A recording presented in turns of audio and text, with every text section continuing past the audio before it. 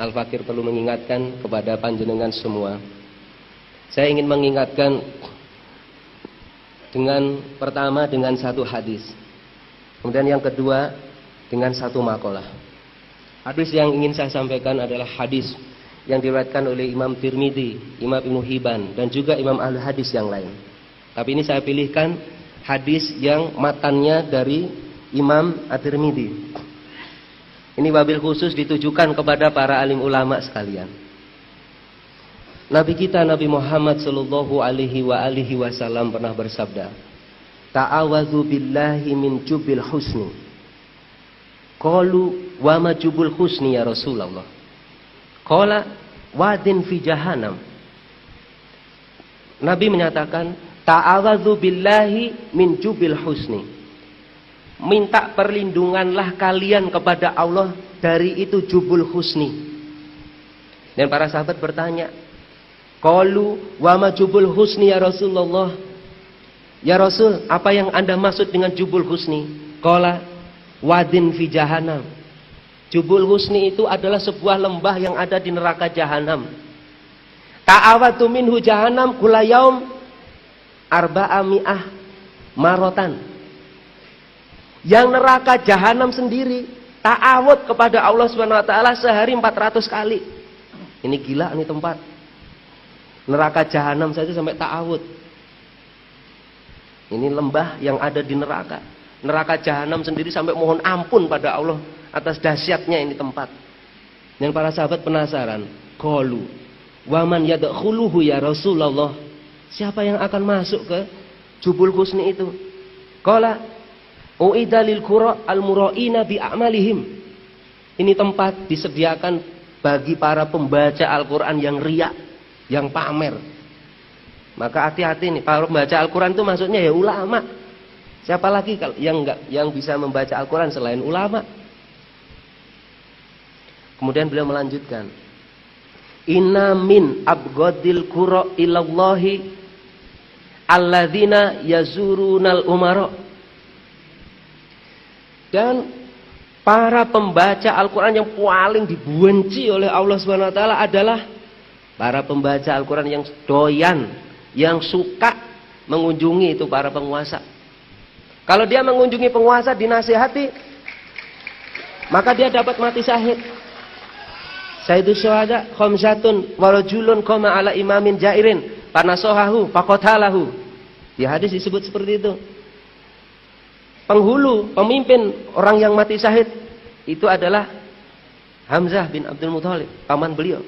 Dan seorang laki-laki yang berdiri di hadapan penguasa dan dia menasihati penguasa itu dan penguasa membunuh dia. Ini orang yang termasuk penghulunya mati syahid. Tapi kalau ini ulamanya ngemis-ngemis, ngatok kepada para penguasa-penguasa fasik, penguasa dolim, bahkan kemudian mendukung kebijakan-kebijakan mereka yang mendolimi umat Islam, maka saya khawatirnya masuk di jubul husni. Dan yang kedua, yang terakhir karena waktu, para alim ulama saya ingin sampaikan satu makalah. Yang makalah ini disebut dalam kitab Kifayatul Akhyar. Di dalam kitab Kifayatul Akhyar, pengarang kitab itu menyatakan begini, wal yahdar kulal hadri ayastaghfiru bilisanihi wa qalbihi musirun ala baqaihi ala zulmi wa juri wa adami iqamatil hududi wa baqaihi alal ghashi li ra'iyati fayubawa'u bi ghadabin minallah. Berhati-hatilah dengan sepenuh kehati-hatian, kata beliau. Ada orang yang dia istighfar, suka membaca istighfar nih. Bahkan membuat majelis istighfar, majelis zikir kemana-mana. Dia istighfar dengan lisan dan hatinya. Musirun, tetapi dia tetap musirun ala baqaihi ala dzulmi wa juri.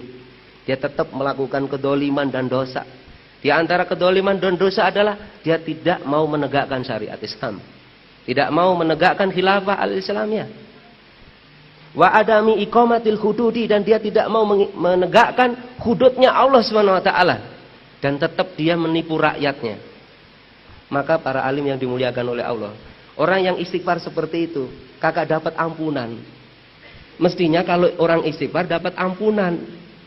Tapi ini ada istighfar justru yang menjadikan orang yang istighfar itu dapat dosa. Bahkan disebutkan fayubawa ubi godobin minallah, maka telah disediakan kemurkaan Allah bagi orang yang istighfar seperti itu. Mengapa bisa? Fa inna sifatul Yahudi. Karena apa? Itu adalah sifatnya orang Yahudi. Waqad zamahumullah lidzalika li'annahu nau istihza'in. Itu hati-hati. Allah Subhanahu wa taala telah mencela orang yang istighfar seperti itu. Karena apa? Istighfar seperti itu adalah bentuk mengolok-olok Allah. Astagfirullah. Plak. Rakyatnya dipukulin. Astagfirullah. Ustaz, mari kita menegakkan syariat. Kagak mau. Astagfirullah. Apa enggak ngolok-ngolok itu? Jadi para alim, yang ngejek. Ini ngejek Allah Subhanahu wa taala itu. Lebih-lebih ini bikin majelis zikir, majelis istighfar, yang majelisnya itu kemudian diserahkan kepada penguasa. Wah, itu lebih dosa lagi. Untuk mendukung mereka. Na'udzubillahi min dzalik. Tapi kalau majelis zikirnya, majelis taklimnya sering istighfar, kemudian majelis taklimnya itu didorong untuk bersama-sama memperjuangkan tegaknya syariat dan khilafah, maka pahala melimpah yang akan didapatkan orang tersebut. Waqad sorahal ulama bi anna hadal istighfaro dzanbun, kata beliau. Para ulama sudah menegaskan bahwasanya istighfar seperti itu adalah dosa, para alim ulama yang dimuliakan. Akhirul kalam, Al-Fakir memohon maaf barangkali ada kata-kata saya yang kurang ajar atau mungkin kurang berkenan di hati para alim ulama sekalian. Tapi ini perlu saya sampaikan kepada panjenengan semua supaya hukum-hukum Allah Subhanahu wa taala ini segera tegak di muka bumi. Billahi taufiq wal hidayah wa ridha wal inayah. Wassalamualaikum warahmatullahi wabarakatuh.